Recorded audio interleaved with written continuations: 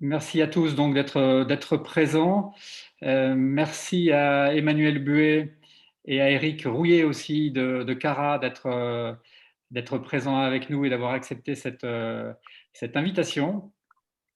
Nous allons passer donc là une heure et quart ensemble en essayant de ne pas trop déborder. C'est un peu le travers que nous avons chaque fois, mais je vais essayer d'être beaucoup plus concis que d'habitude. Euh, du coup, vous dire que nous invitons aujourd'hui Emmanuel Buet, pardon, président de CARA, qui va tout nous dire sur son EMT, entreprise de management de transition, et sur les spécificités qui sont les siennes. Euh, ainsi que la façon un peu particulière du coup qu'il a d'entrer en contact avec les entreprises clientes. Avant de passer à cette partie-là, je voulais simplement en quelques slides vous présenter le cercle à ceux qui ne le connaissent pas. Je me permets de mettre à l'écran euh, quelques slides pour vous présenter le cercle en deux mots. Euh, je pense que vous devez l'avoir. Vous avez même l'ensemble de mon... Attendez. Ça se passe bien, vous avez la vue sur On le voit slide. bien, oui. Oui, oui. Nickel, super, Ça s'affiche, François, c'est bon. très bien. Voilà le programme qui va être le nôtre. Un tout petit sondage tout à l'heure pour que nos invités sachent bien quel est le public qui est présent aujourd'hui. La présentation donc qu'Emmanuel va nous faire de Cara et de ses spécificités. Et il nous fera même une annonce au cours de ces trois quarts d'heure d'échange. On fera un petit sondage express sur la fin également et on conclura. Simplement, pour ce qui est du cercle du management de transition, pour ceux qui ne le connaissent pas, j'aime bien mettre à l'écran cet espace de travail qui est en fait la synthèse de la raison d'être du cercle, qui est celle de faciliter la vie des managers de transition. Je suis manager de transition moi-même depuis 3 ans et j'ai trouvé qu'il y avait nécessité à rassembler, concentrer un certain nombre d'informations et de services pour nous, managers de transition, notamment en intermission. Donc, vous les avez ici classés en 4 grandes catégories pour trouver une mission, réseauter, se former et gagner en visibilité.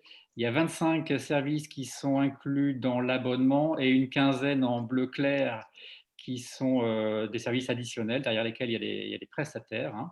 Et je ne manque pas, en saluant Olivier Voisin tout à l'heure, de vous montrer le petit dernier des services qui est cette boîte à outils qui est disponible pour les abonnés, qui permet de trouver là, par exemple, eh bien, un travail qu'a fait Olivier Voisin, un des managers de transition membres du cercle, qui est celui d'avoir assemblé pour nous eh bien, l'ensemble des comportements à avoir en rendez-vous final avec une entreprise cliente. Mhm.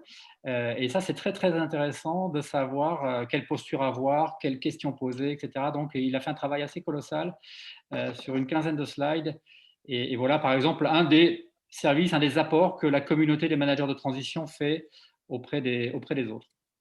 Merci encore, Olivier. Sur le slide suivant, si il veut bien se mettre à l'écran, voilà. Simplement, je vous montre trois des principaux services, ceux qui sont les plus appréciés par les abonnés. Eh bien, ici, c'est une partie simplement des 80 cabinets de management de transition qui sont indiqués, détaillés et sur lesquels vous trouvez les coordonnées du cabinet, bien sûr, mais aussi des consultants, partners qui les composent. Et puis, bien sûr, on a parmi les 80 figures en bonne posture Cara, dont on va parler. Et puis, vous avez le deuxième annuaire qui est celui des 352 personnes qui travaillent au sein de ces cabinets et que vous pouvez joindre d'un clic téléphonique ou mail Et vous avez ici à l'écran les 4-5 personnes qui sont joignables pour Cara. Et vous en avez 352 ainsi. Et vous avez, troisième service le plus prisé parmi les 25, eh bien, l'ensemble des missions de management de transition qui sont publiées sur Internet. Et depuis que c'est mis en ligne depuis le mois d'août dernier, 1200 missions ont été mises à la disposition des abonnés. Et c'est un nombre assez considérable et une part des missions réalisées que j'estime personnellement à 20-25%. 20-25% des missions sont publiées sur Internet par les cabinets. Et je ne pensais pas que ce serait autant, mais c'est le cas. Et ces missions sont disponibles au petit matin pour les abonnés qui prennent un café. Allez, on va passer au sondage pour dire à Emmanuel et à Eric qui vous êtes. Et puis après, il interviendra pour présenter Cara. J'arrête ce partage et je vais directement au sondage qui est là, que je mets en ligne et que vous connaissez pour ceux qui sont habitués. Vous connaissez cette première question qui vous demande, et je vous en prie, allez-y, votez, eh bien, combien de missions vous avez de votre côté réalisées, hein, pour qu'on sache si nous avons plutôt un public de primo-accédants ou de managers de transition aguerris. Donc voilà, vous êtes en train de renseigner, vous le voyez, je pense, à l'écran.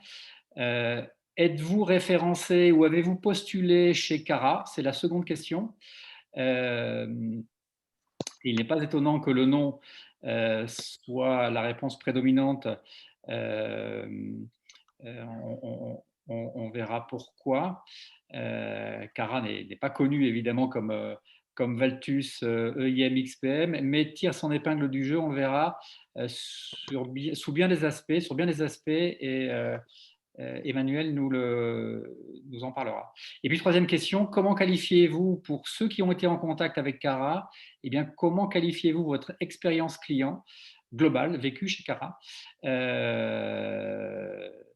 Les EMT, entreprises de management de transition, ou leurs représentants sont souvent intéressés par ces résultats-là, parce que vous osez dire quand ça ne va pas et quand ça va, très bien. Et je sais que ce qui intéresse aussi les représentants des cabinets, c'est de savoir pourquoi ça ne va pas, comment ils peuvent s'améliorer. Peut-être que Emmanuel va nous en parler. Voilà, écoutez,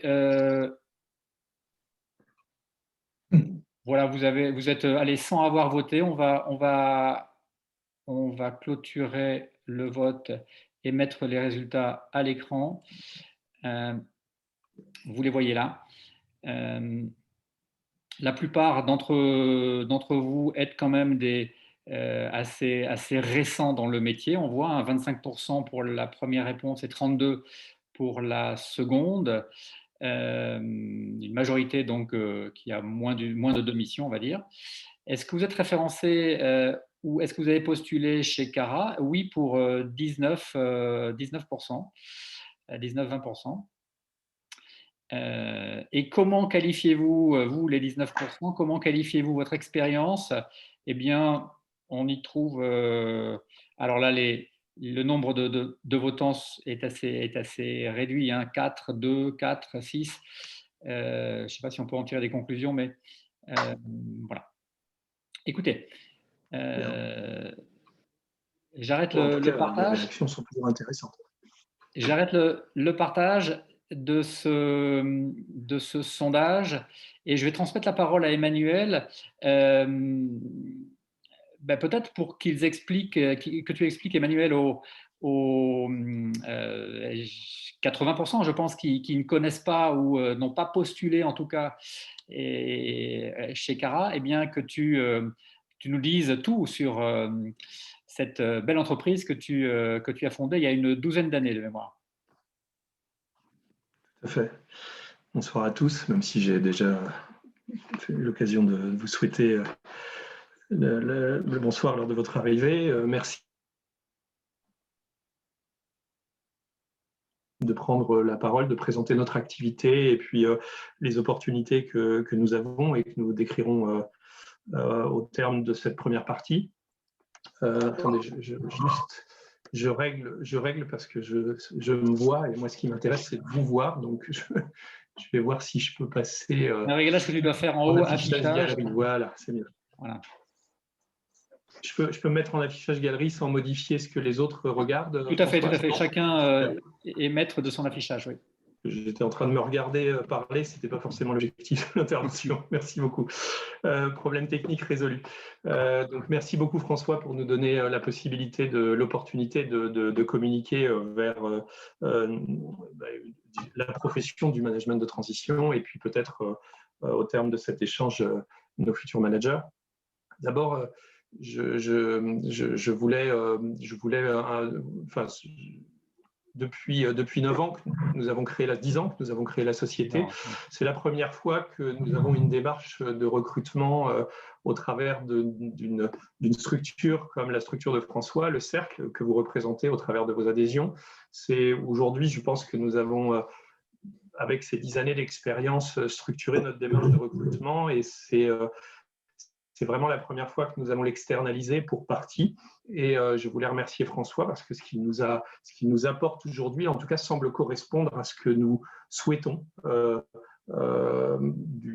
pouvoir développer de ce processus de communication, de sourcing, de recrutement de nos managers. Puisque la particularité de Cara, et je vais y venir, c'est de travailler avec une équipe de 35 managers permanents, pour la plupart salariés. Et à ce titre, donc, Éric Rouillet est présent à cette présentation et interviendra lors de vos questions, lorsque j'aurai fini cette présentation de l'entreprise et des 2 points que François m'a demandé de développer. Le premier, c'est pourquoi un statut de... Donc, qu'est-ce qu'est Cara ? Pourquoi un statut de salarié ? J'y viendrai. Et puis, le troisième point, c'est la démarche commerciale. Puisque la particularité de Cara, ce n'est pas de chercher des managers pour ses missions, mais de chercher des missions pour ses managers. Et à ce titre, François m'a demandé de rentrer un peu dans le détail de la stratégie de Cara, puisque finalement, ce que fait Cara, c'est ce que vous faites vous individuellement quand vous allez directement vers les entreprises, sans forcément passer par les EMT, qui seront un intermédiaire entre vous et le client final. Donc, si cela intéresse certaines personnes, je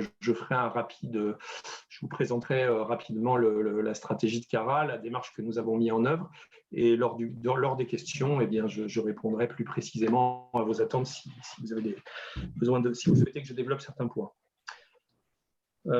Voilà, pour commencer donc, la présentation de Cara. Donc, c'est une société que nous avons créée en 2009.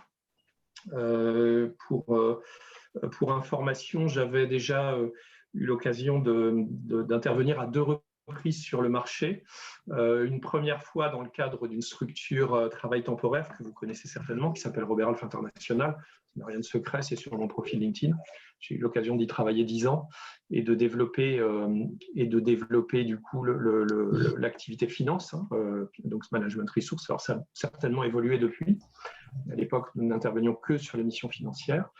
Et puis, j'ai ensuite eu l'occasion de rejoindre une société nantaise qui a choisi plutôt une voie de statut, c'est-à-dire portage salarial, plutôt que le métier tel que nous souhaitions le développer. Donc, on pourrait considérer que Cara est un spin-off de ce qu'on avait créé en 2004. Ça a été une continuité, en tout cas, en termes de trajectoire. Donc, Cara, aujourd'hui, fait partie d'un groupe qui s'appelle Cara & Co, qui développe, donc, qui a donc nous avons 4 sociétés, on peut le dire 2 activités. Donc, l'activité management de transition, qui est donc ce qu'on appelle, nous, la transformation par le management, avec une société en France qui a fait, donc, nous sommes à ce jour 45 personnes, avec des perspectives de chiffre d'affaires renouvelé de 7 millions d'euros, puisque après un chiffre d'affaires de 7 millions d'euros en 2019 et une baisse de 23% en 2020, on retrouve un niveau d'activité équivalent à celui de 2019 depuis 2 mois. Ça y est, on a, en tout cas en termes de perspective, l'équipe est rassurée sur les perspectives et le développement que nous allons pouvoir engager dans les mois qui viennent. Nous avons une société sœur, donc nous sommes actionnaires majoritaire d'une filiale en Italie qui s'appelle Cara by Simonelli. Nous sommes associés à un avocat fiscaliste de renommée italien qui s'appelle Ezio Simonelli, qui nous accompagne dans ce projet de développement en Italie. J'y reviendrai rapidement, ce choix de développement que nous avons fait. Et puis, j'ai depuis 2 ans des projets de développement avec des partenaires. Steven Poineau, qui est notre directeur général actuel, et donc qui développe 2 structures, Humanly et PEPS. Humanly, qui est un maître d'œuvre de la transformation, et PEPS, qui est un outil digital de développement personnel et professionnel d'épanouissement. Alors, je ne vais pas rentrer dans le détail parce que là, pour le coup, c'est très pointu. Je travaille avec des chercheurs, Steven pourrait vous en parler longuement, mais c'est pour moi un objectif de faire d'autres choses. Donc, je suis actionnaire minoritaire de structure, mais j'accompagne Steven dans son développement. Ce qui nous intéresse ce soir, c'est l'activité Cara France et peut-être Cara Italie pour certains d'entre vous, puisque je vois de temps en temps des messages s'afficher sur mon écran du chat. Donc, j'ai vu quelqu'un qui parlait du développement commercial à l'international. Donc, Cara France, c'est une structure que nous avons créée en 2009 avec Philippe de Clerville, mon associé à l'époque, qui a pris sa retraite depuis, et que nous avons construit sur des constats. Notre objectif était de créer une structure qui permette aux managers de transition de répondre à leurs enjeux personnels et professionnels de telle façon qu'ils se centrent exclusivement sur les enjeux de l'entreprise. Alors, je ne dis pas qu'il faut impérativement être Cara pour se centrer sur les enjeux de l'entreprise. L'objectif, c'était d'aider les managers, en éliminant un certain nombre de contraintes, à prendre une posture plus confortable dans la réalisation des missions. C'est la raison pour laquelle, au travers des constats que j'avais pu faire de 1998, date à laquelle j'ai créé la structure Management Resource à Paris, et 2004 et 2009, donc durant ces années, j'ai pu faire un certain nombre de constats. Objectif, donc nous avons décidé de développer le modèle Cara avec une équipe de managers salariés permanents. J'y reviendrai évidemment, je traiterai les enjeux dans quelques minutes. Ça a été le point de départ de la réflexion. Et puis, bien sûr, à partir de là, on a constitué l'équipe, on a mis en place des formations. Vous savez que Cara s'est investi à côté d'Audencia, qui est l'école de management à Nantes, dans une formation au management de la transition. Et les activités se sont développées avec une croissance, je dirais, égale, et puis certaines années un peu moins, d'autres années un peu plus, à la croissance naturelle du marché, pour arriver donc aux chiffres que je vous ai donnés tout à l'heure. Voilà. Et donc une équipe de managers de transition de 35 personnes pour un chiffre d'affaires de 7 millions. Donc ça vous donne un ratio intéressant que nos managers réalisent 200 000 € de chiffre d'affaires individuellement par an pour arriver à ce résultat. Nous intégrons bien évidemment les périodes d'adaptation dans le modèle économique. Et à l'intérieur de cette équipe, Eric pourra en parler puisqu'il témoigne au titre des managers permanents, mais pour la particularité, ils sont 3, Eric est indépendant. Donc, ce n'est pas une obligation d'être salarié, mais par contre, Eric pourra vous en parler, on a une relation, je dirais, quotidienne, étroite, qui permet aux managers depuis maintenant, alors Eric, je ne sais plus combien d'années, là pour le coup 9 ans, voilà, de travailler avec nous quasi à temps plein. Voilà, ça répond à la question. Ça répond à la question de Miguel Fernandez qui voulait savoir s'il était obligatoire d'être salarié chez Cara. Donc tu dis que non, mais c'est de la très grande majorité quand même. Hein. Oui, c'est une grande majorité parce que l'idée c'était justement de répondre aux enjeux. Oui. C'est-à-dire que pour moi, pour devenir manager de transition, on va avoir finalement un environnement. Alors, j'en arrive au deuxième point de ma présentation. Si vous avez des questions complémentaires sur Cara, j'y reviendrai dans quelques minutes. Peut-être un dernier point, vous avez une équipe de développement commercial. Du coup, j'ai dit que nous étions 35 managers. Il reste 10 personnes sur les équipes support, 2 personnes en finance. Et puis, on a une grosse équipe marketing et développement. Voilà. D'ailleurs, Eric pourra en parler puisqu'il a quitté le management de transition pour rejoindre l'équipe développement. C'est tout frais, hein, ça remonte à quelques semaines. Donc voilà, il pourra témoigner au titre des deux fonctions. Pourquoi on a salarié nos managers? On considère que l'idée, c'était vraiment de répondre à un certain nombre d'enjeux. C'est-à-dire que pour ceux qui sont primo-accédants, qui n'ont pas forcément exercé le métier, l'idée, c'était de permettre aux managers d'avoir une rémunération permanente, puisque quand vous êtes en CDI, vous avez bien un salaire fixe. Je ne vais pas les périodes d'intermission. Alors là, on a eu la chance d'avoir un peu de chômage partiel parce qu'on a eu quand même 10 personnes en intermission au tout début du confinement. Mais voilà, ça reste exceptionnel et j'espère que ça ne se reproduira pas de sitôt. Le manager est rémunéré. Et d'ailleurs, pour information, nous avons maintenu les salaires et la totalité des emplois pendant cette période. Mais voilà, l'idée est de vous permettre de vous détacher de vos enjeux personnels de telle façon que vous êtes en capacité, vous êtes libre finalement de prendre ou de ne pas prendre une mission. Alors, j'y reviendrai un petit peu parce que dit comme ça, l'idée c'est bien que ce soit une mission de transformation parce que c'est bien beau de la vendre, mais après il faut la produire. Donc voilà, l'équipe développement va être capable de faire des miracles pour vous aider à vendre, mais derrière, la mission, elle n'a fait que commencer là pour le coup. Vous en avez fait un 10e, puisque derrière, vous allez devoir pendant 8 mois produire les objectifs qui ont été déterminés avant de commencer. Il y a aussi un objectif de rémunération permanente, ça veut dire que quand vous êtes en intermission, quand cela se produit, certaines années, on a 4% de taux d'intermission, d'autres années, on est à 8%. Hors congé payé évidemment, vos rémunérations sont maintenues, donc il y a une forme de sécurité là sur ce point. Et puis cela nous permettait aussi, parce que nous considérons que c'est un métier et qu'il reste encore beaucoup de choses à découvrir en matière d'accompagnement à la transformation des organisations, cela nous permettait de capitaliser sur vos expériences, puisque vous faites partie d'un collectif. Vous avez un véritable directeur de mission, puisqu'il est facturé au client, qui intervient une journée par mois à vos côtés pour recentrer les enjeux, les objectifs. Et du coup, cela nous permet de capitaliser sur chaque situation, même quand elle est difficile, parce que on a 1 à 2 missions par an qui ne se passent pas conformément à ce qu'on avait imaginé au départ, et on a un taux de 96% à peu près.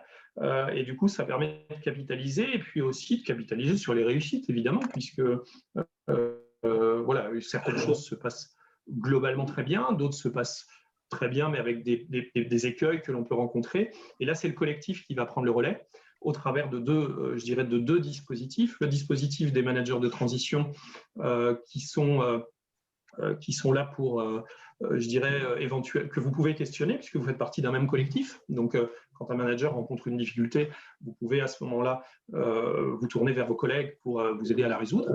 Et puis, vous pouvez aussi vous tourner vers un certain nombre une personne qui est spécialisée sur les problématiques de communication, de développement collectif, vers qui vous pouvez aller, qui s'appelle Mylène Ridel. Mais vous avez aussi un système de co-développement, des cellules de co-développement, durant lesquelles vous pouvez exposer vos difficultés et chercher des résolutions à tout cela. Donc, l'idée, c'est vraiment de capitaliser et puis surtout de développer une méthode qui nous a permis de travailler de 2011 à 2014 sur ce qu'on appelle la métaposition, être capable de faire le pas de côté.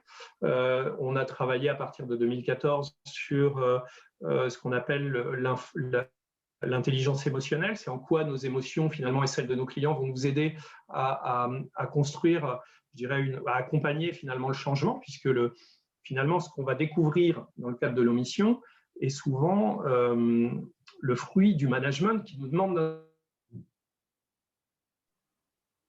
qui nous appelle pour réaliser. J'ai un petit message qui me dit que ma connexion Internet est instable. Est-ce que c'est bon pour vous? Non, il y a des intermittences dans le son. Ah, d'accord. Dites-le moi, faites-moi signe si ça se reproduit.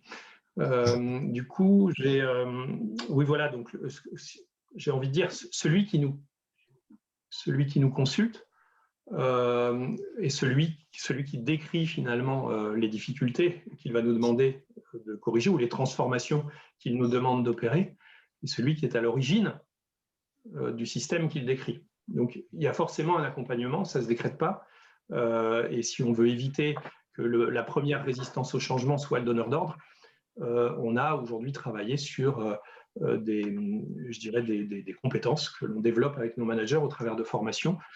C'est Lisa Bellinghausen et Christophe Hague de l'EM Lyon qui nous accompagnent depuis 6 ans.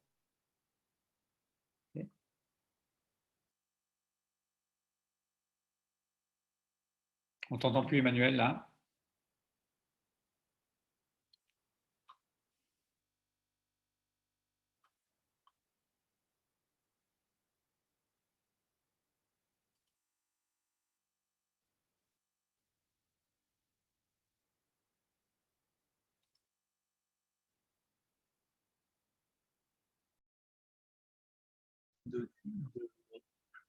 De débloquer cet enjeu chez le client. Et puis après, il y a aussi un enjeu pour la mission, puisque c'était important pour moi de bien connaître les managers, de telle façon que quand un client m'appelle au bout de 4 mois, parce que cela arrive de temps en temps, pour me dire que des choses qui ne se passent plus comme il faut, ma première réaction, ça va être de dire au client, qu'est-ce que vous avez changé? Parce que moi, le manager, comme Eric, je le connais depuis 9 ans, ça s'est toujours bien passé. Donc, l'idée, c'est de pouvoir créer une relation équilibrée, qui ne soit pas une relation hiérarchique, mais bien une relation, qu'on crée vraiment une relation qui consiste à répondre, comme je vous le disais, à un besoin et non à une demande. Donc, de se poser, je dirais, au même niveau d'échange relationnel avec le donneur d'ordre et l'ensemble des équipes. Voilà. Peut-être un dernier point, on a aussi travaillé sur ce qu'on appelle l'alliance, c'est-à-dire qu'avant de démarrer une mission, il nous paraît important de créer l'alliance avec le donneur d'ordre et ses équipes. Et on s'est fortement inspiré des processus, je dirais, d'alliance thérapeutique qui font leur preuve dans un certain nombre de cas et qui nous permettent de mettre… Alors, on n'est pas du tout dans la recherche du mal, hein, mais là, il s'agit vraiment de créer une posture qui va permettre aux managers de transition de rentrer dans un schéma de relation, d'alliance avec les équipes pour réduire, à sa plus simple expression, la problématique de résistance au changement. Voilà. Je pourrais rentrer un petit peu dans le détail, parce que là, je vais un peu trop sur les sujets techniques.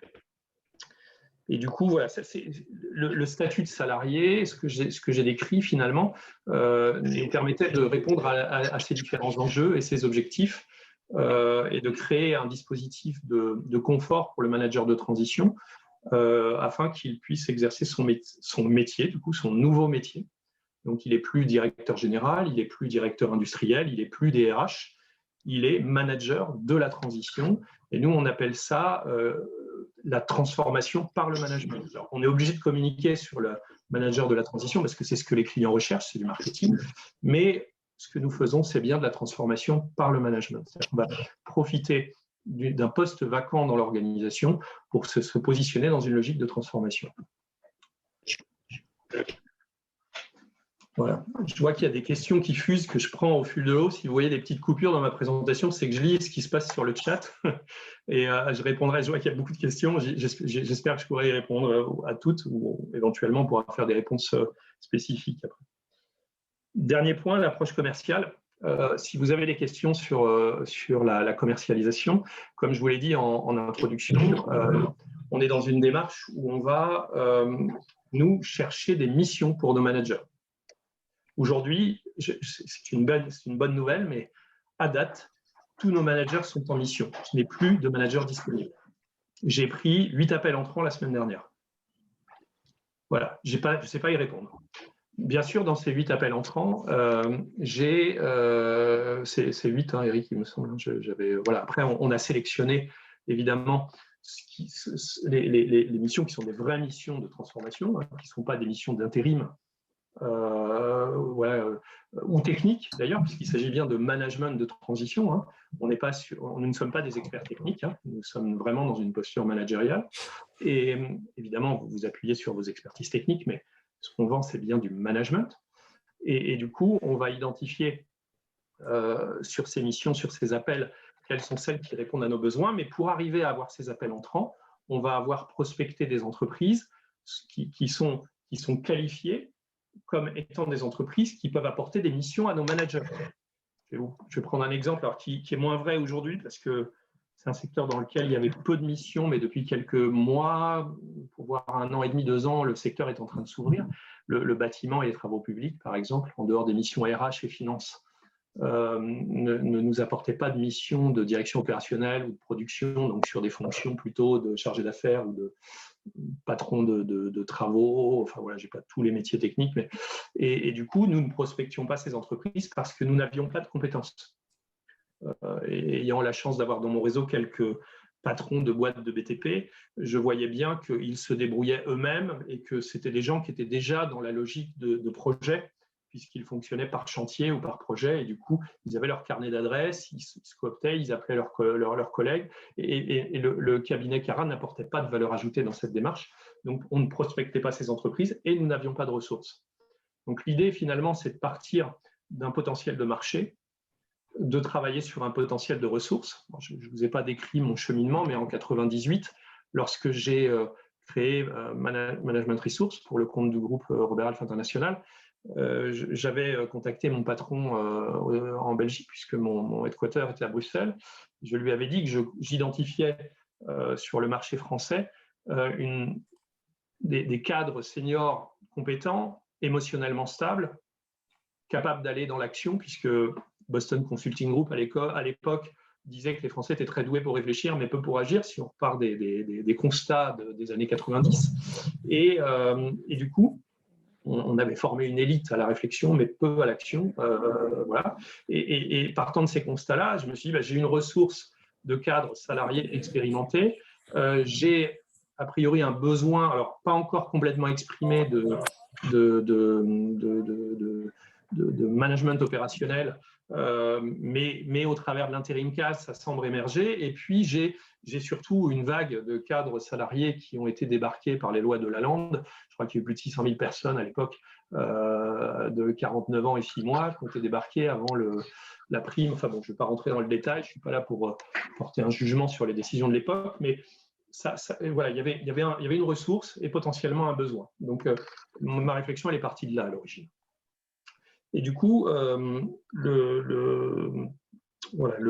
l'idée, c'est bien de construire une stratégie marketing, c'est-à-dire qu'on identifie un potentiel de marché, on regarde s'il y a des ressources, on travaille avec ces ressources sur les entreprises susceptibles d'être intéressées par ces compétences que vous allez mettre à disposition.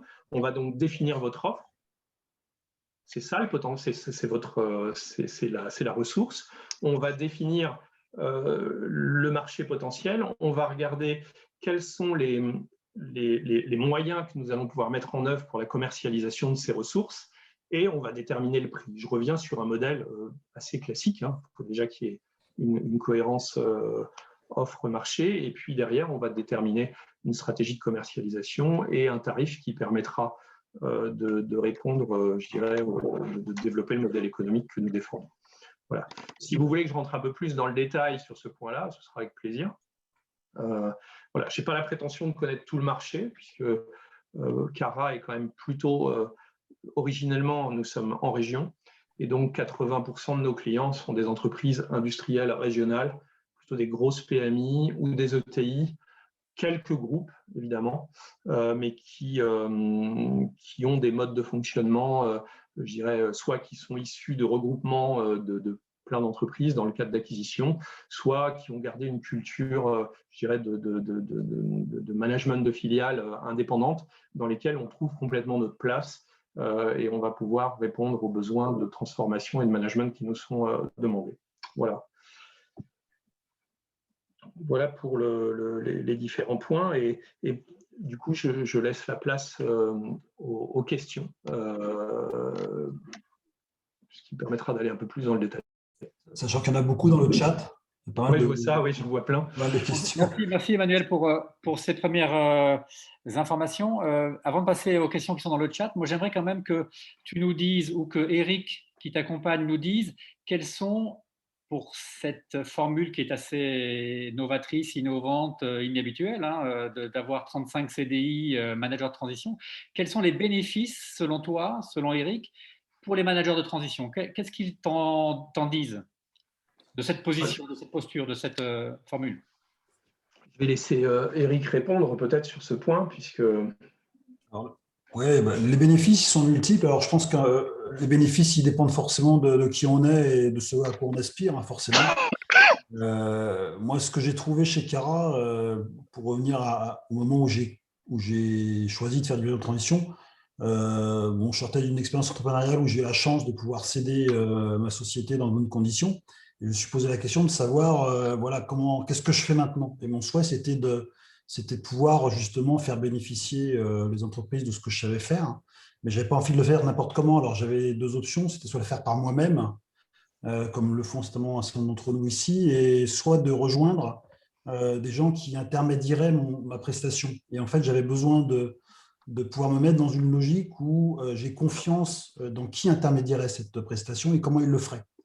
Et je savais que quelque part, il fallait que je m'inscrive dans une relation de long terme, si je voulais faire ça. Il fallait que je sois quelqu'un qui soit dans une relation de long terme avec moi. Et c'est donc comme ça que finalement j'ai croisé Cara. Alors cette relation, on a pu se créer parce que les valeurs, la manière de voir le métier, on partage les choses. Mais c'est bien cette volonté en fait d'être dans une logique de permanence de la relation et d'être en adéquation, en adhésion avec la manière de faire du management de transition. C'est ce que j'ai trouvé dans ce que Emmanuel a proposé. Alors après, effectivement, le bénéfice qu'on trouve derrière tout ça, ben, c'est ce qu'on trouve dans une relation pérenne, c'est-à-dire qu'il y a de la stabilité la récurrence des missions. Hein. Comme disait Emmanuel, moi je ne suis pas CDI. En même temps, on a une telle relation de confiance entre moi et le cabinet, ou entre le cabinet et moi, qu'il ne s'est jamais posé la question de savoir si j'aurais une mission après une autre mission. J'en ai toujours une. Parce que voilà, il se trouvait qu'on partageait les choses et que dans la logique qui était la nôtre de se faire confiance et dans la robustesse des modèles réciproques, en fait, ça fonctionnait. Voilà, donc ce premier bénéfice, il est fondamental, hein, comme on le disait tout à l'heure, l'appréhension de la prémission, il est toujours fort pour un manager. Et tant qu'on a cette appréhension-là, en fait, la posture qu'on adopte en mission, elle peut avoir des biais, un certain nombre de biais, comme dit Emmanuel, cognitifs ou d'appréciation ou de posture. Et donc voilà, ça, quelque part, ce modèle-là, il permet aussi d'être dans une logique de posture totalement en adéquation avec la capacité à bien transformer les choses. Quand on a une expérience de manager salarié dans les entreprises, on sait très bien qu'à un moment donné, il y a des choses que l'on fait qui sont totalement liées à l'attente que l'on a de la suite. Et ben là, c'est pareil dans le métier de la transition, quand on a une suite qui n'est pas identifiée, qui n'est pas stabilisée, on peut être amené à faire des choses qui ne sont pas complètement en adéquation avec la mission. Voilà, et puis après, on peut additionner, je dirais, les différentes briques. Hein. Il y a le fait d'avoir un collectif qui nous porte, qui est avec nous, qui peut nous amener des solutions dans des domaines où on n'est pas forcément tout le temps les premiers experts. Il y a, il y a quoi il y a des tas de choses. Il y a se former. Hein. On a des formations très structurantes sur la posture. Emmanuel en a parlé tout à l'heure. C'est vrai qu'il a parlé très technique, mais en même temps, derrière ces formations-là, il y a une capacité à appréhender la relation de d'ordre à l'équipe, aux autres managers de l'entreprise, qui est vraiment très bénéfique. Voilà. Donc, il y a toute une série de bénéfices à cette relation de long terme. Voilà, je vais m'arrêter là, sinon je pourrais y passer la journée. Oui, c'est vrai que la, comment dire, faire une croix sur cette période d'intermission qui est souvent stressante, hein, notamment pour ceux qui ne sont pas habitués à aller au contact des entreprises ou à prospecter ou aller au contact des cabinets. Cette période d'intermission peut être assez longue et donc stressante pour beaucoup d'entre nous. Et c'est ce qu'on ne trouve pas du coup quand on est en CDI chez Cara, évidemment. J'en profite pour relayer deux questions qui sont un peu voisines. Enfin, voisines. Je pense que vous allez apporter, Emmanuel, une réponse. C'est Patrick Goudou qui dit: quel est votre positionnement sur les primo-accédants? Et je pense que la seconde question va t'aider. Faut-il avoir suivi une formation de manager de transition pour entrer chez vous? Non, c'est pas du tout. Quand je parle de la formation Cara et de la relation que nous avons avec Audencia, l'idée avec Philippe de Clerville, mon associé, en 2011, puisque c'est l'origine du projet de la formation, après 2 ans d'activité, on recrutait 4 personnes par an à peu près pour le développement du cabinet. Et du coup, on avait construit un programme sur 8 jours d'intégration et on faisait 4 fois 8 jours, puisque bien entendu, les 4 managers, ils ne rentrent pas tous en même temps. Il y en avait un qui rentrait. Donc, on se retrouvait avec Philippe à faire plus de formation que de développement. Alors, le terme formation est peut-être inapproprié parce qu'avec l'expérience que vous avez et que nous avons, j'ai envie de dire que c'est plutôt, alors oui, c'est de la formation évidemment, mais l'idée, c'est d'apporter, d'augmenter vos compétences, c'est-à-dire d'apporter, j'ai tendance en général à schématiser de la manière suivante. On a tous été très bien structurés en termes de vision analytique et rationnelle du traitement des problématiques. Moi, ce que je souhaite apporter et ce que j'ai souhaité apporter dès le départ aux équipes, à nos managers, finalement, c'est d'apporter une compétence supplémentaire qui est la compétence qu'on appelle systémique. C'est pas de quoi c'est fait, mais c'est qu'est-ce que j'en fais et comment je peux accélérer le processus de transformation en m'intéressant moins au comment au pourquoi, qu'au comment. Ah oui. Je vous prie de m'excuser, c'est l'anniversaire de mon épouse ce soir et je suis en home office, donc s'il y a un tout petit peu de bruit derrière, j'irai rejoindre mes invités un petit peu plus tard, mais s'il peut y avoir un petit peu de bruit, je n'y veux rien. Du coup, l'idée, voilà, c'était de faire moins, c'était d'apporter ça. Évidemment, on a externalisé cette formation parce que nous n'avions pas la compétence et la disponibilité pour la mettre en œuvre pour les 7-8 recrutements que nous faisons à peu près tous les ans depuis maintenant 4-5 ans. Voilà.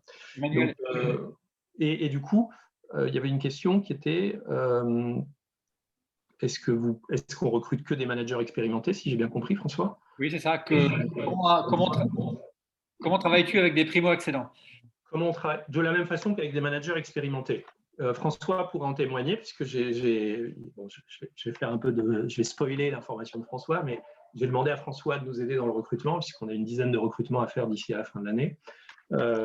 François a bien perçu ce que nous recherchions et du coup, je lui ai confié quelques missions. Nous en parlerons tout à l'heure.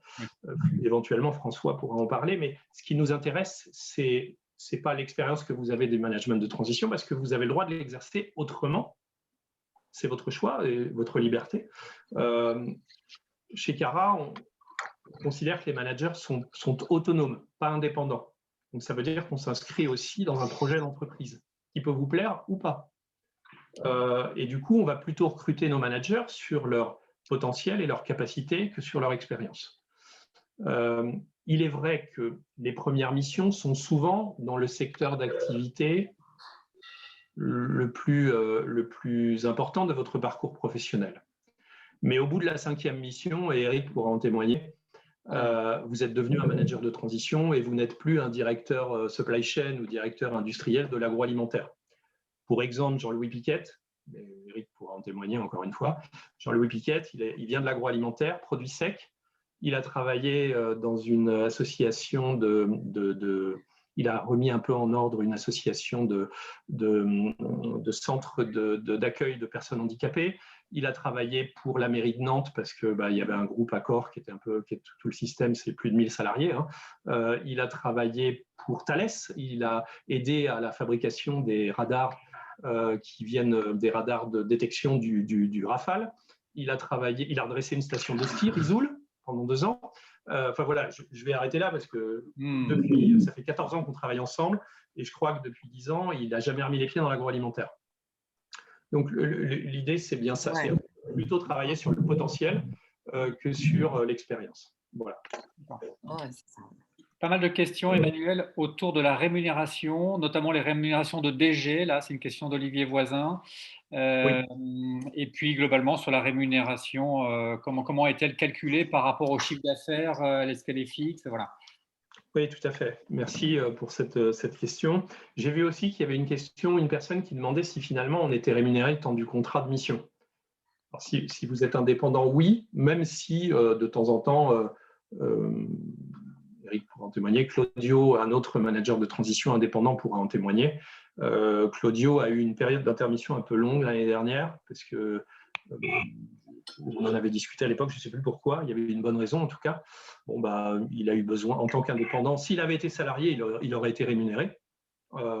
Et en tant qu'indépendant, on a su l'accompagner dans sa structure. Il a réalisé quelques prestations pour nous, il a facturé, ça lui a permis d'avoir un bilan et un compte de résultats sur l'année 2020 équilibré. Oui, il y a eu le contexte Covid, évidemment, qui n'a pas été simple pour ceux qui étaient en intermission au début du Covid, évidemment. Parce que même si toutes les missions se sont poursuivies, il n'y a pas eu beaucoup de taux de renouvellement.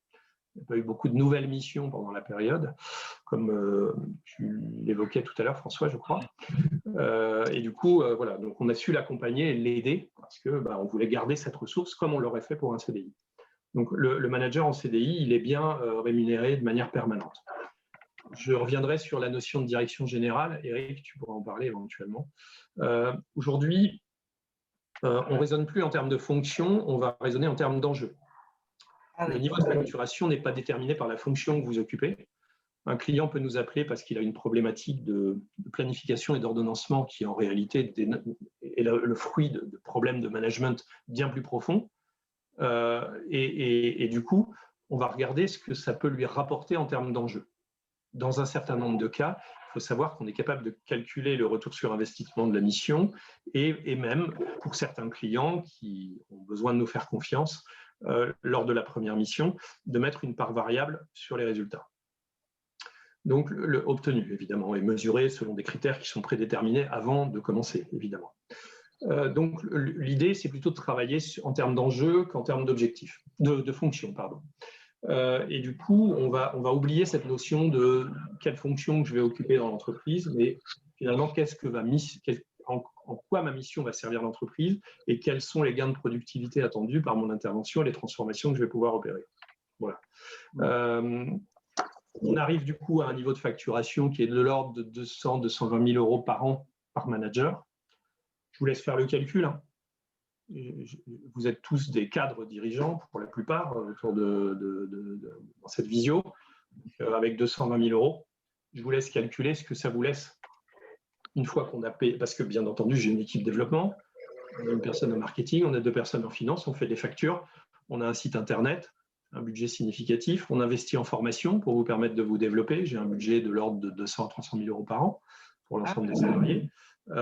Tout compris, hein, R&D inclus, puisqu'on est sur des chaires de développement aussi. Hein, là, on travaille avec une chaire, je vous ai parlé de Lisa et de Christophe Hague à Lyon, à l'EM Lyon. Donc, voilà, donc du coup, ce qui reste permet de rémunérer les managers. Donc, on a mis en place un système de rémunération fixe qui est précisément de 85 000 euros bruts par an.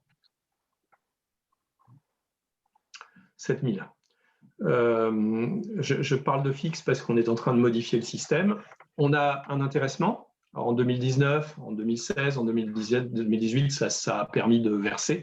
2020, je suis désolé, on a perdu 270 000 euros sur l'année. Donc là, pour le coup, il n'y a pas eu d'intéressement de verser. Et puis, les salariés détiennent 30% du capital de l'entreprise. Ah, là, c'est intéressant. Voilà. C'est important. C'était un projet que j'avais moi et que mon associé à l'époque, Philippe, a validé. Évidemment, je ne l'ai pas fait tout seul. Mais progressivement, les salariés montent. Donc la structuration du groupe, c'est Cara & Co qui détient 70% de Cara France. Les 30% restants sont détenus par une société de participation détenue par 21 salariés aujourd'hui. On a assoupli un peu les règles d'entrée et de sortie parce qu'avec le Covid, évidemment, on a perdu un peu de valeur. Donc, ceux qui sont rentrés en 2019, ils ont perdu la moitié de la valeur, voire peut-être pas la moitié, mais au moins un tiers. Donc, du coup, c'est important d'assouplir un peu les règles d'entrée et de sortie pour ceux qui partent à la retraite, par exemple, puisqu'on a 2-3 départs en retraite cette année. Et du coup, voilà, on s'adapte évidemment. L'intérêt, je ne dis pas qu'on est une entreprise à mission, mais on tend vers le modèle. L'idée, c'est un tiers pour l'État, un tiers pour les salariés, un tiers pour l'actionnariat, avec les développements évidemment qu'on peut, voilà, je schématise un peu, mais ça vous apporte une idée. Donc, on a des rémunérations qui peuvent, voilà, qui oscillent entre, comme l'année dernière, 85 000 euros bruts et avec un système linéaire, évidemment, et puis certaines années plus, évidemment, puisqu'on a su verser, quels que soient les... Alors, tous les salaires sont les mêmes dans le cabinet. On a un système de mutualisation. Ah oui. Tous les managers sont payés de la même façon. C'est valable aussi pour le dirigeant, pour le directeur général. On a tous les mêmes systèmes de rémunération. Voilà, on fait tous le même job. Hein. À un moment donné, on fait, voilà, moi, j'accompagne la transition de mon entreprise et vous accompagnez la transition de mes clients. Donc, voilà, on a un système qui est assez, qu'on a essayé de cohérent. Bon, évidemment, en tant qu'actionnaire, je bénéficie, je fais des investissements, voilà, j'ai d'autres, mais ça, c'est la rémunération du risque, c'est pas la rémunération du travail, évidemment. Ouais. Ouais. Voilà ce que je peux vous dire sur la rémunération. Merci pour cette réponse. Plusieurs questions dans le chat ont eu leur réponse donnée chez toi par Samuel Alexandre Antonini, notamment des questions sur est-ce que vous exercez sur toutes les régions françaises, à l'étranger? Donc, il a bien répondu que oui, hein, tout le territoire français est concerné et l'Italie. Ouais. Beaucoup de questions aussi sur quel profil recherchez-vous, comment je peux vous envoyer mon CV, etc. Je pense que c'est peut-être le moment de passer à l'annonce que tu vas nous faire. Oui, alors c'est pas une annonce extraordinaire pour une entreprise qui se développe puisqu'on recrute du coup, voilà. Et comme je l'ai dit en introduction, nous n'avions à ce stade jamais externalisé le recrutement. Nous allons le faire pour la première fois parce que je pense que nous avons trouvé un partenaire de qualité au travers du Cercle et de François. Merci François pour l'approche que tu as su mettre en œuvre pour nous accompagner dans ce projet.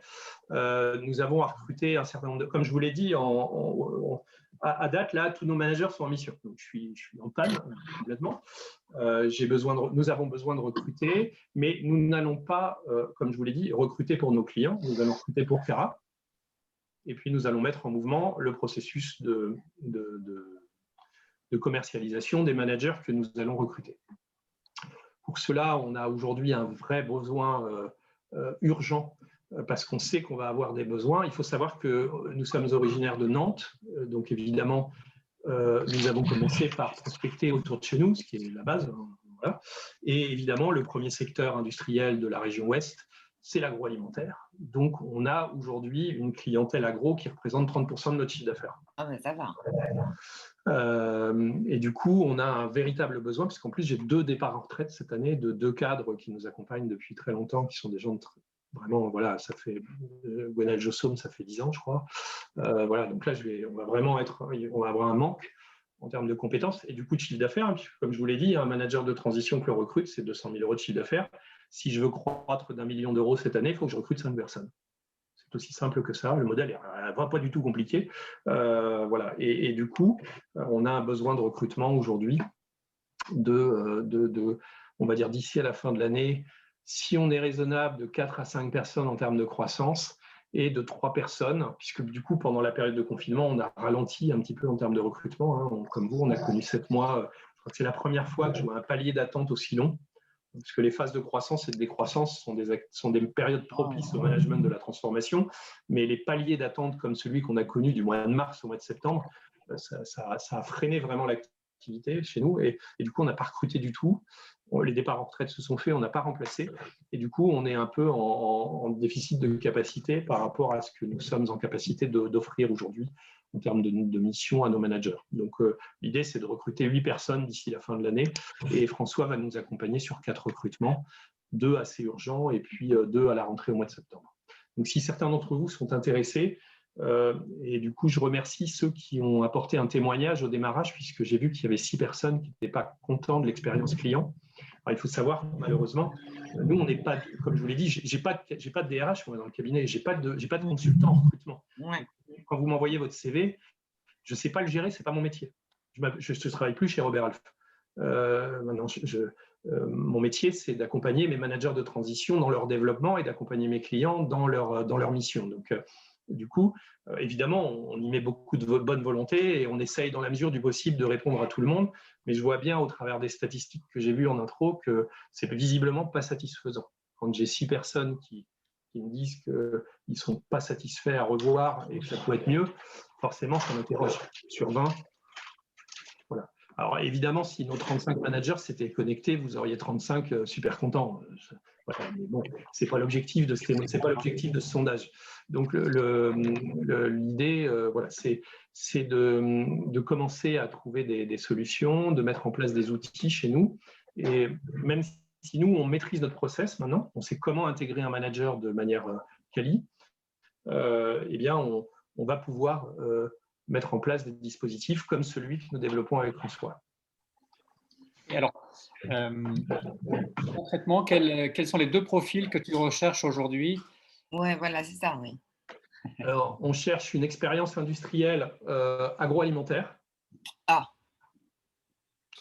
Prod, alors quelqu'un posait la question, est-ce qu'on intervient en supply chain? Oui, on a fait plusieurs missions pour Intermarché, pour Terena, pour, je ne vais pas tous les citer évidemment parce que dans l'agro, la liste est longue. Donc du coup, donc, tout ce qui touche à la production et à la supply chain, sachant qu'on peut avoir, comme Patrick Pujuguet chez nous, par exemple, des profils qui sont capables d'intervenir sur les deux compétences, supply et prod. Ça, c'est top si ça vous intéresse. Vous pouvez passer de missions de réorganisation, d'amélioration de la performance d'un site, ou comme Patrick l'a fait, à des missions d'amélioration de la supply chain d'un réseau, de plusieurs sites industriels. Et le deuxième besoin, alors je ne sais plus ce que je t'avais communiqué, François, mais il faudra… Finance. Ouais, finance. J'ai envie de dire qu'a priori, on a quand même un petit déficit sur les compétences sociales, puisque aujourd'hui, nous n'avons que 3 DRH dans l'équipe. Donc, c'est assez recalé, mais bon, voilà. Je propose qu'on définisse bien les choses avec Régis, qui collecte les besoins au niveau du cabinet. On va partir sur la demande d'origine, qui était la partie financière. Donc, on a besoin d'étoffer notre équipe financière, puisqu'on a eu 2 départs en retraite l'année dernière et cette année. Et du coup, je crois que les financiers ne sont plus que 2, ils se sentent 2 ou 3, ils se sentent un peu seuls dans l'équipe. Donc, j'ai besoin d'étoffer cette compétence pour répondre à nos clients. Alors, je vais en profiter pour partager à l'écran le document qui a été réalisé, que vous voyez, je pense. Donc, 2 managers de transition en CDI, un recherché par Cara, un directeur industriel ou directeur d'usine et un directeur financier. Vous avez à l'écran le lien qui vous permet de candidater. Je vous le remettrai dans un message que je vous enverrai ou ce soir ou demain matin. Mais n'hésitez pas à cliquer là d'ores et déjà sur ce lien mission/Cara et vous aurez l'ensemble des explications qui ont été données par Emmanuel, ainsi que des fiches, une spécifique pour la partie finance, une spécifique pour les directeurs industriels ou directeurs d'usine. Et puis quelques questions que Cara a calibrées pour bien vous connaître. Voilà, donc n'hésitez pas à candidater ici. J'en profite aussi pour, sur le slide suivant, vous dire que nous en profitons pour, Cara et le Cercle, vous offrir en fait 4 opportunités. Les deux fonctions, les deux missions ou postes pour réaliser des missions dont on vous a parlé, mais aussi parce que vous imaginez bien que ces postes vont d'abord, ou plutôt les candidatures vont d'abord être examinées parmi les abonnés au Cercle. Et donc, ce qu'on a prévu avec Cara, c'est Cara va vous offrir 2 abonnements à 2 d'entre vous, pour ceux qui s'intéressent au Cercle d'ici jeudi 1er juillet.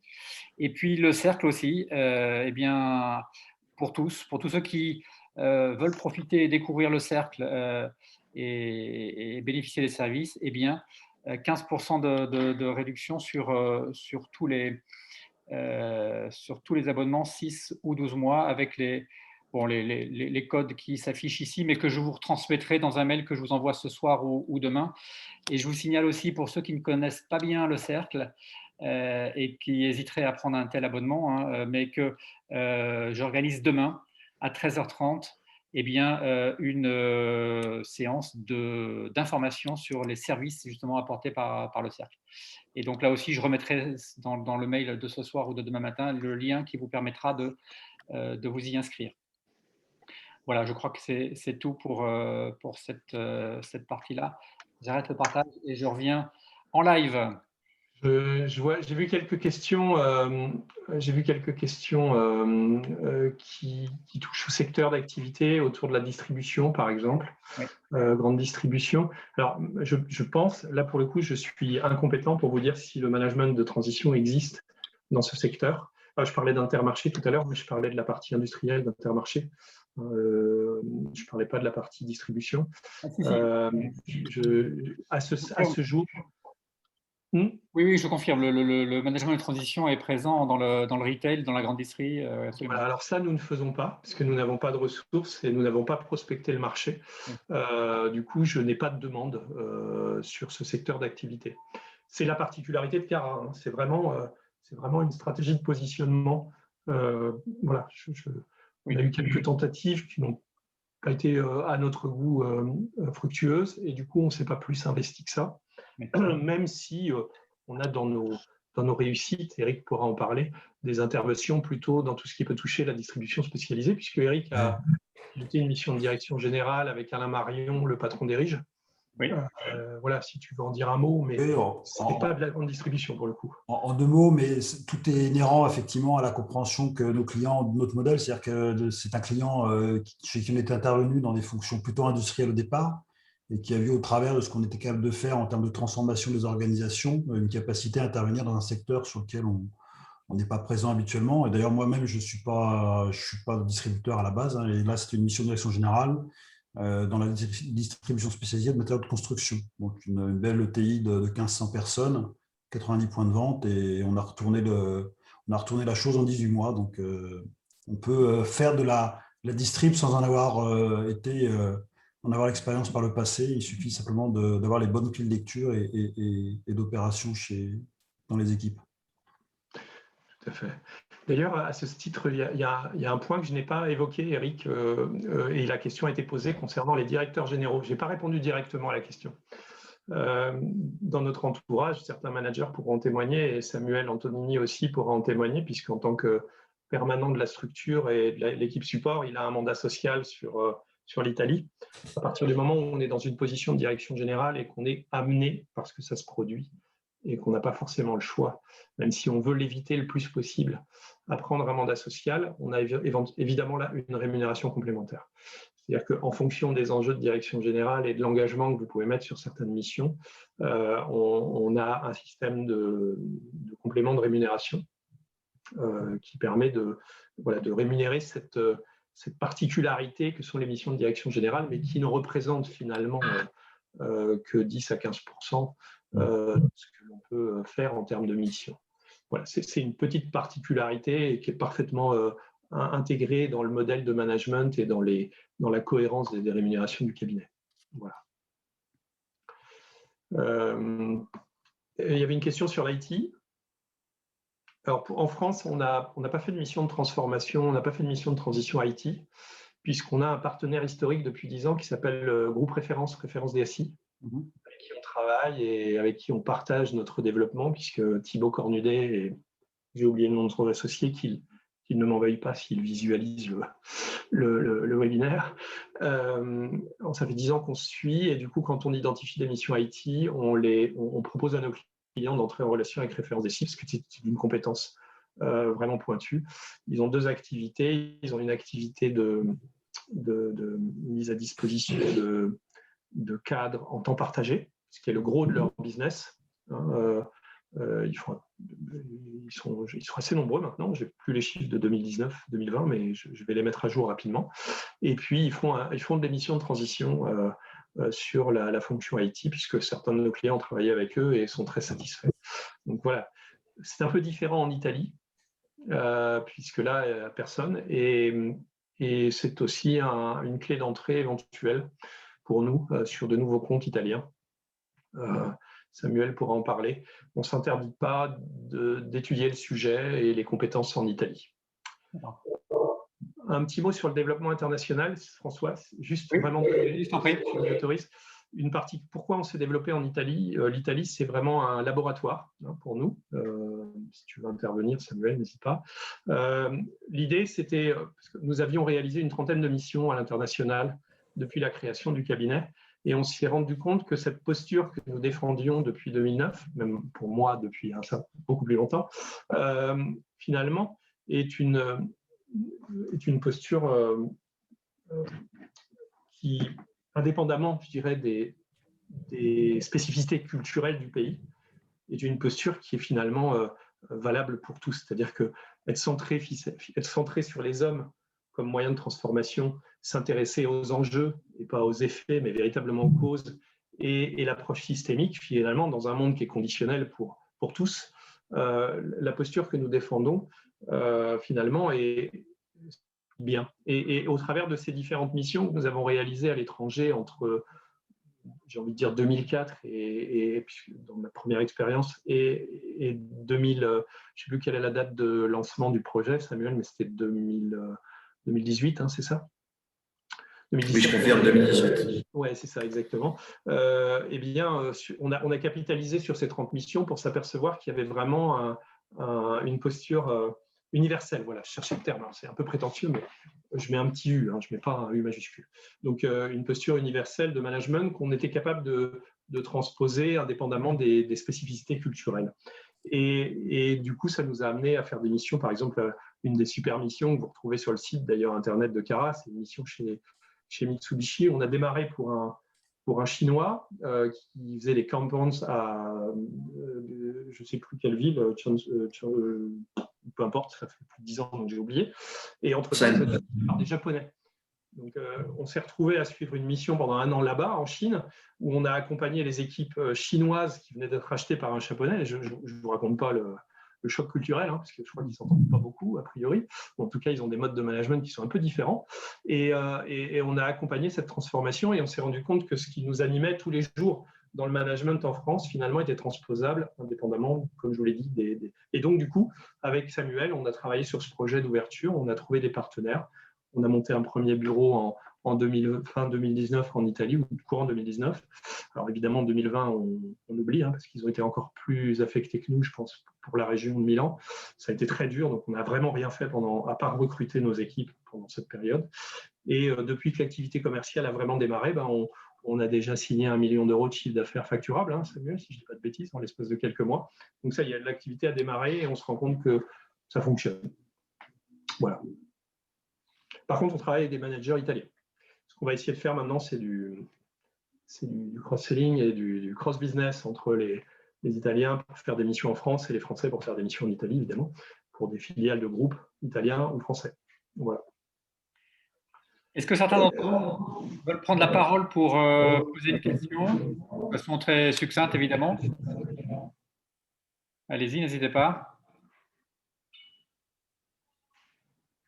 Je vois qu'il y a Philippe Bonsignor qui me disait que être adaptable, être réactif, avec des qualités d'écoute et de communication, je partage complètement son point de vue. C'était un message privé, mais je me permets, s'il ne m'en veut pas, de revenir. Donc, si vous voulez étayer ou développer ce que vous m'avez écrit, Philippe, ce sera avec plaisir. Oui. Pour moi, j'interviens déjà dans des missions de transition. C'est vrai que ce que je constate aujourd'hui, c'est la particularité d'un manager de transition. Pour moi, c'est ses capacités à prendre du recul par rapport à ce qu'il a pu connaître avant dans sa vie professionnelle, dans ses expériences, tout en s'en servant pour réaliser sa mission, mais surtout savoir se protéger en disant on fait un focus sur la mission, c'est ce qui est demandé par la société, par le manager. Ça permet aussi de se protéger. Ça permet aussi de mieux comprendre, avec un certain recul, les attentes et les spécificités, existentielles de la société, pour pouvoir intervenir dans le sens de la société et du groupe et du client. On ne peut pas y aller avec nos idées préconçues. Voilà. Tout à fait. Il y a d'ailleurs un bouquin qui est très très bien fait là-dessus, je crois que c'est Malarivic, qui a écrit il y a quelques années, donc très très en avance, je crois que ça a plus de 15 ans, même voire, j'ai plus les dates en tête, qui explique très bien ce que vous venez de décrire, Philippe, sur ce qu'on appelle les enjeux cachés. De temps en temps, je suis le premier à en parler parce que j'ai aussi, moi, beaucoup de défauts, évidemment, et je fais des erreurs. Et du coup, le dirigeant, il a toujours un sujet qui l'intéresse et des enjeux personnels qui peuvent venir finalement biaiser la vision qu'il a de son organisation et de son entreprise. Et là, pour le coup, Malarivic décrit très bien ces processus. Alors, j'ai le document en copie sur mon ordinateur, enfin la synthèse. Je pourrais te l'envoyer, François, si tu veux le mettre à disposition. Mais voilà, c'est un sujet intéressant, tout à fait. Je reste à votre disposition pour l'échanger. Au plaisir. Avec plaisir. J'ai un message aussi de Jean-Louis Caillou, je crois qu'on se connaît hein, de mémoire, Jean-Louis. On s'est déjà croisés. Hein. Excusez-moi, j'ai du monde qui arrive à la maison. J'espère que la porte filtre bien le bruit. Il y a beaucoup de messages. Il y a beaucoup de messages. Voilà. Donc, il me demandait si nous avions toujours un modèle basé sur 18 mois de mission plus la formation, 18 mois de mission réussie plus la formation avant de recruter. Ça a été une étape, en effet, entre jusqu'à 2018, 2017, 2018, où on prenait le temps de faire connaissance, puisqu'on était aussi en train de construire notre modèle. Hein. Je vous rappelle quand même que pour construire Cara, moi, je dispose de 14 jours de votre disponibilité par an, puisque le reste du temps, vous êtes chez les clients ou en vacances. Donc, la difficulté, finalement, de cette entreprise, c'est de créer un projet de société que vous partagez, évidemment, que vous incarnez, idéalement. Et pour ça, je dispose de 14 jours. Donc, pour construire Cara, il nous a fallu plus de temps qu'une entreprise traditionnelle, puisque vous êtes 90% du temps chez vos clients et centré sur les enjeux de vos clients. Donc, on a pris le temps. On a pris le temps de construire cette démarche. Et aujourd'hui, on n'est plus sur une logique de 18 mois, puisque la dernière personne qu'on vient d'embaucher en CDI n'avait fait qu'une mission avec nous. Mais par contre, on a vraiment maintenant les outils pour évaluer le fait qu'on est vraiment aligné. C'est-à-dire que le manager se sent bien chez nous, qu'il a envie qu'il s'épanouit, qu'il trouve son intérêt, qu'il trouve sa stabilité, qu'il comprend le système. Et puis,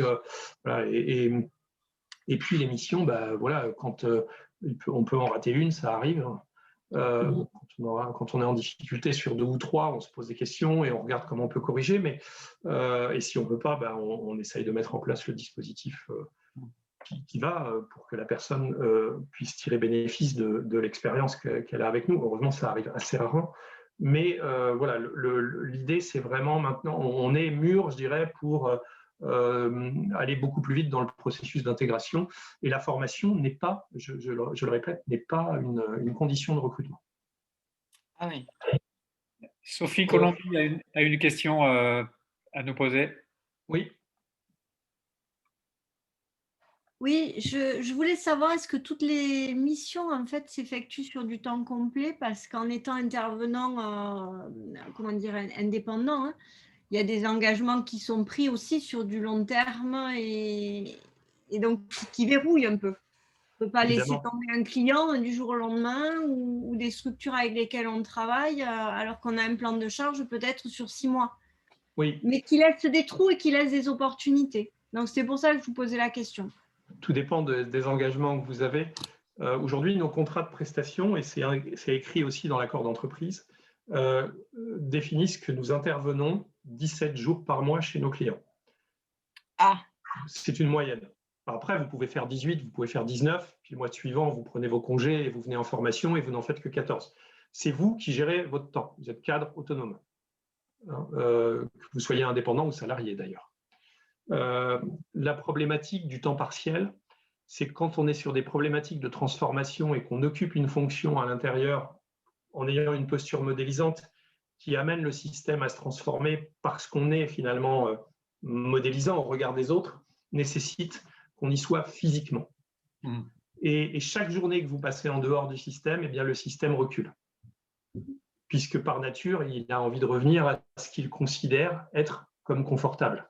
Le changement n'est jamais, malheureusement, je dis bien, même si on est capable d'apporter une vision différente aujourd'hui, le changement peut être perçu comme inconfortable et peut mettre certaines personnes en souffrance qui préfèrent finalement revenir au point de départ. Donc, le fait d'être en temps partagé, aujourd'hui, nous l'avons expérimenté. Dans certains cas, ça peut fonctionner sur des petites organisations. Mais encore une fois, ça veut dire que finalement, on n'est pas sur de la transformation par le management. Vous avez le droit de faire de la transformation par des approches peut-être plus de conseil, d'accompagnement, de coaching, d'équipe ou collaboratif, qui font que vous intervenez de manière en temps partagé, j'ai envie de dire, pas à temps plein. Mais pour le coup, ce n'est plus le métier de Cara. Donc, je ne dis pas que ça n'existe pas, mais ce n'est pas notre positionnement. Voilà. Oui. Est-ce que j'ai répondu à la question correctement? exactement. Oui, bien sûr, oui. Merci. D'accord. Ça passe.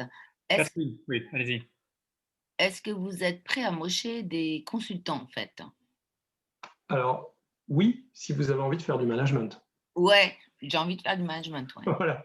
Ouais, non, mais d'accord, OK, donc ça passe. Oui, c'est-à-dire que ça va vraiment être ce qui va nous apporter, c'est ce que vous êtes, c'est ce que vous apportez, c'est votre capacité relationnelle, c'est votre humilité, c'est votre capacité d'écoute. Pas de problème. Il y a un homme, alors c'est Philippe, j'ai oublié son nom, un artiste à Nantes. Je ne sais pas si vous connaissez tous les ans, il y a un chemin à Nantes avec des œuvres d'artistes. Non, je ne connais pas. Ça s'appelle le Voyage à Nantes, voilà, excusez-moi. Et dans le Voyage à Nantes, il y a 2 ans, il y a Philippe, j'ai un trou de mémoire, un artiste qui a développé 5 œuvres à Nantes. Ah oui. Alors moi, je trouve ça extraordinaire parce que finalement, j'essaye de le joindre là justement parce que j'aimerais pouvoir échanger avec lui et qu'on partage au travers de ses œuvres la posture. Il a créé ce qu'on appelle l'éloge du pas de côté. C'est un homme qui est sur un socle et qui a une jambe dans le vide et une jambe sur le socle. Il a l'éloge de la transgression. C'est une jeune femme qui descend du socle pour aller voir ce qui se passe ailleurs. Il a l'éloge de la discrétion. C'est quelqu'un qui observe et qui est collé contre un mur et qui observe ce qui est en train de se passer en face de lui. Il y a l'éloge de l'adaptation. Le socle est de travers, mais l'homme tient debout parce qu'il s'est équilibré. Et la dernière, moi c'est celle que j'aime le plus parce que c'est ce qu'il y a de plus compliqué à mettre en œuvre quand on est manager, c'est l'éloge de la contemplation. Alors lui appelle ça l'éloge de la paresse. Moi, j'aime pas le mot paresse. Donc, non, moi non plus. Je me suis plus. approprié et j'ai appelé ça l'éloge de la contemplation. C'est-à-dire que pour être capable d'observer le système et d'être créatif, il faut être capable de le contempler et de se donner du temps finalement. De ne rien faire, c'est faire quelque chose. Donc on va recruter finalement nos managers sur ces qualités. Voilà. Pas que, évidemment, puisque vous avez vos parcours professionnels, mais je trouve que ces 5 œuvres décrivent mieux que je n'aurais pu le faire finalement, très bien ce qu'on recherche dans nos équipes. D'accord. Je ne sais pas si Eric veut intervenir là-dessus, mais voilà. On va se donner encore 2-3 minutes avant de conclure. S'il y a encore une question, on va la prendre. N'hésitez pas. Dans le chat, il n'y en a plus. Mais... C'est Philippe Ramette. Merci beaucoup, Vincent et Catherine. Voilà. Sébastien aussi, je vois.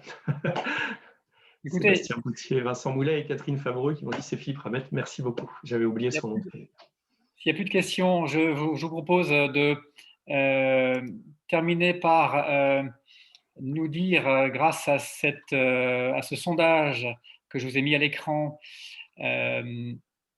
nous dire ce que vous avez pensé de cette soirée, de cet échange avec Emmanuel, et de nous proposer des pistes d'amélioration, comme vous le faites régulièrement là, depuis qu'on organise les webinaires.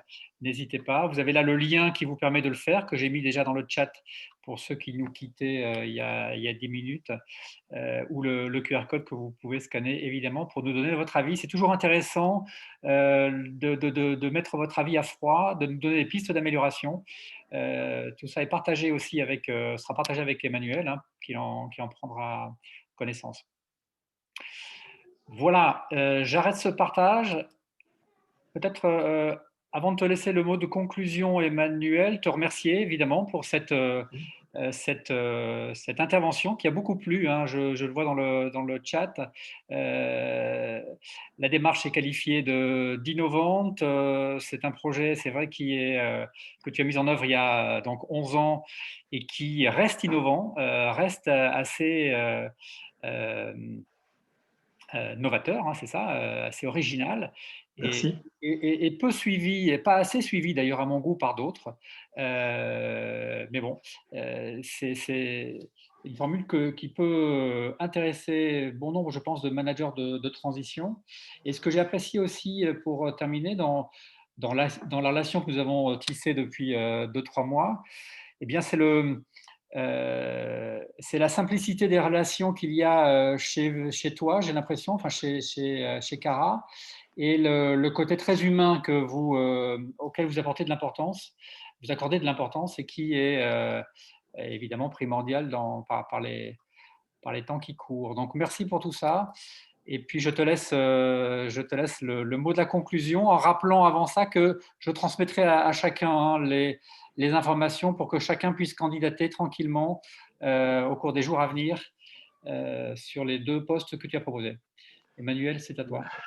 Merci François. J'ai pas préparé de conclusion particulière. J'ai envie de dire au travers de cet échange, ce qui me vient comme ça à chaud, c'est le fait que voilà, c'est une première intervention. C'est la première fois qu'on a une démarche de communication vers, vous êtes, je crois, 120. Jusque-là, c'était plutôt très restreint, je dirais. On ciblait ce qu'on était capable de faire. On a envie aujourd'hui d'être un peu plus acteur, un peu plus agressif, entre guillemets, mais de manière positive sur le marché. On a envie de consolider notre entreprise sans forcément nous développer très vite, hein, comme je vous l'ai dit. L'objectif, c'est de faire 1 million d'euros et demi de plus cette année, donc par quelques 8-10 recrutements pour faire face au départ naturel et au recrutement. Donc, ce que j'ai envie de vous dire, c'est en conclusion, ce qui serait sympa finalement, c'est qu'on mette en œuvre cette démarche. De la même façon que certains nous ont fait part de l'expérience client qu'ils avaient de Cara en introduction, qu'on puisse dans quelques mois faire le bilan finalement de tout ça, de voir si ça fonctionne. Donc on va essayer de faire ce qu'on vous a dit et puis de mesurer la performance de ces engagements pour pouvoir consolider et poursuivre avec ceux qui le souhaitent ce chemin que nous avons démarré pour moi depuis presque 20, enfin plus de 20 ans même, mais au travers de Cara depuis 11 ans. Donc ce serait bien de pouvoir faire un bilan de ce qu'on aura réussi à faire cette année en termes de recrutement et d'intégration, puisqu'on pense qu'on tient aujourd'hui notre modèle. Voilà. Très bien. Belle conclusion, Emmanuel. Merci à toi. Merci à Eric.